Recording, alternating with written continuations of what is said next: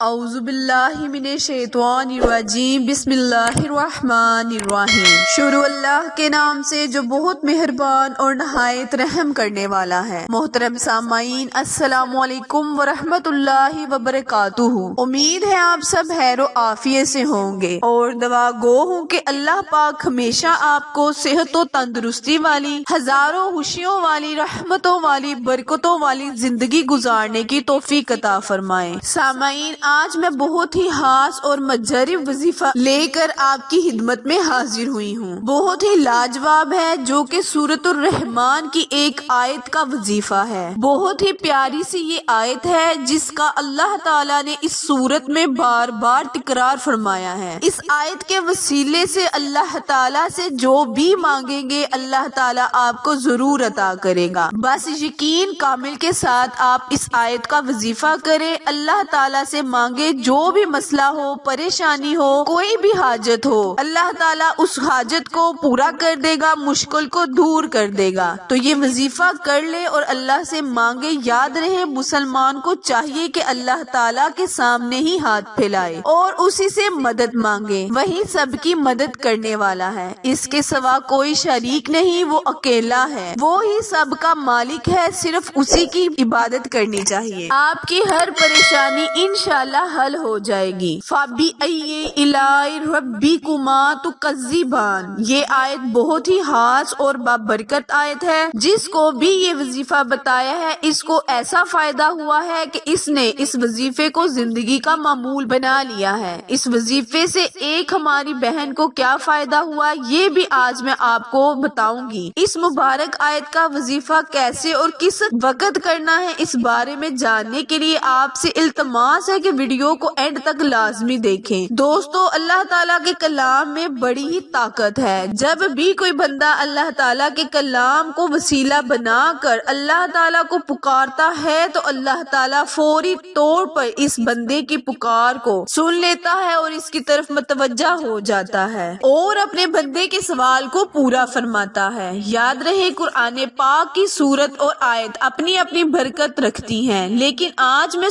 جس سورت کا آپ کے ساتھ ذکر کروں گی، اس آیت کا وظیفہ کریں، انشاءاللہ تعالیٰ بہت ہی بابرکت ہے۔ اس آیت میں اللہ تعالیٰ نے اپنی نعمتوں کا ذکر فرمایا ہے اور اپنے بندے کو مخاطب فرمایا ہے کہ تم اپنے رب کی کون کون سی نعمتوں کو جھٹلاؤ گے۔ یعنی اللہ تعالیٰ نے اپنے بندے کو وہ نعمتیں یاد دلائی ہیں جو اللہ تعالیٰ نے اس بندے کے لیے پیدا فرمائی ہیں۔ اسی لیے چاہیے کہ وظیفہ کرتے وقت اللہ تعالیٰ کی جو نعمتیں ہیں ان پر اللہ تعالیٰ کا شکر ادا کیا جائے۔ پیاری بہنوں اور بھائیوں، اگر اللہ تعالیٰ اپنی نعمتوں کا شمار کرنا چاہے تو بندہ اللہ تعالیٰ کی نعمتوں کا شمار نہیں کر سکتا۔ اس کے باوجود بھی انسان اللہ تعالیٰ کی ناشکری ہی کرتا ہے۔ ہمیں ناشکری سے بچنا چاہیے، کیونکہ اللہ تعالیٰ ناشکری کرنے والے پر راضی نہیں ہوتا اور شکر ادا کرنے والے کے لیے اللہ تعالیٰ اپنی رحمت کے دروازے کھول دیتا ہے۔ میرے پیارے بہن بھائیوں، اس سے پہلے کہ ہم آپ کو وظیفہ بتائیں، آپ کو ہم اپنی ایک بہن کا صحیح واقعہ سناتے ہیں جو انہوں کے ساتھ پیش آیا۔ انہوں نے ہمیں واٹس ایپ، جس سے اس بہن کو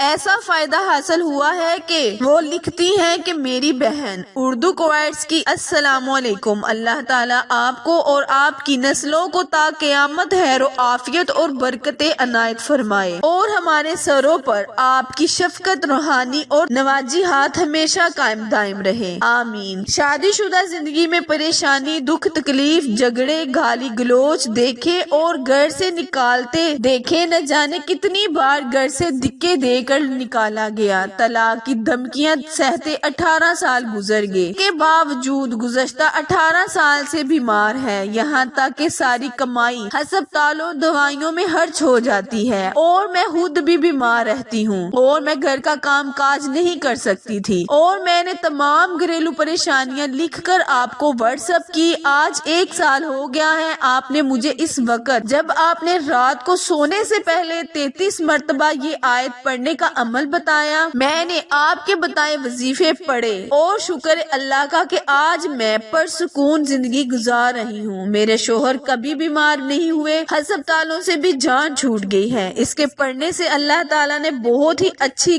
جگہ کاروبار عطا فرمایا۔ اس وظیفے سے ہمیں وہ کچھ ملا جو ہم سوچ بھی نہیں سکتے۔ سکتے تھے۔ ایک اور مسئلہ تھا، میری بیٹی ڈاکٹر بننا چاہتی تھی۔ اس وظیفے کی وجہ سے اس کو لاہور میڈیکل کالج میں داخلہ مل گیا۔ مجھے جب کوئی مسئلہ آتا ہے آپ کے بتائے ہوئے وظیفے پڑھتی ہوں تو وہ مسئلہ حل ہو جاتا ہے۔ اس آیت کا وظیفہ کرتی رہی ہوں۔ اللہ تعالیٰ میری بہن کو رہتی دنیا تک قائم دائم رکھے، آمین۔ پیاری بہنوں اور بھائیوں، آپ نے ملاحظ فرمایا کہ اس وظیفے کی کیسی برکات ہے اور یہ وظیفہ کس قدر پاورفل ہے۔ اسی لیے آپ کو بھی جب بھی کوئی پریشانی، کوئی مسئلہ، حاجت ہو تو آپ بھی اس وظیفے کو اپنا معمول بنائیں۔ انشاءاللہ تعالیٰ اس کو پورے یقین کے کرنے کے ساتھ اللہ تعالیٰ آپ کی تمام مشکلیں، پریشانیوں کو حل کر دے گا۔ وقت کی نزاکت کو مد نظر رکھتے ہوئے آئیں ہم اپنے وظیفے، اپنے عمل کی جانب چلتے ہیں۔ کرنا آپ نے یہ ہے کہ آپ کی حاجت اور پریشانی، جب بھی آپ کو مالی پریشانی یا روحانی پریشانی ہو، کبھی بھی مشکل ہو، اس وظیفے کو کریں۔ وظیفے کا طریقہ بہت ہی آسان اور سادہ ہے۔ رات کو سونے سے پہلے اپنی انگلیوں پر 33 بار سورۃ الرحمن کی یہ آیت پڑھنی ہے۔ اول اور آخر ایک ایک بار درود ابراہیم پڑھنا ہے۔ وظیفہ دوبارہ دھیان سے سنیں۔ رات کو سونے سے پہلے اپنی انگلیوں پر 33 بار سورہ رحمان کی یہ آیت فَبِأَيِّ آلَاءِ رَبِّكُمَا تُكَذِّبَانِ پڑھنی ہے۔ اول آخر ایک ایک بار درود ابراہیم پڑھنا ہے۔ وظیفہ مکمل کرنے کے بعد اللہ تعالیٰ سے دعا مانگنی ہے۔ اس عمل کو آپ صبح کے وقت یعنی صبح اور رات کو سونے سے پہلے کر سکتے ہیں۔ اس کے علاوہ جب بھی کوئی پریشانی ہو، مشکل ہو، تب بھی کر سکتے ہیں۔ اس آیت کا ورد شروع کر دیں، انشاءاللہ تعالیٰ آپ کو ضرور فائدہ ہوگا۔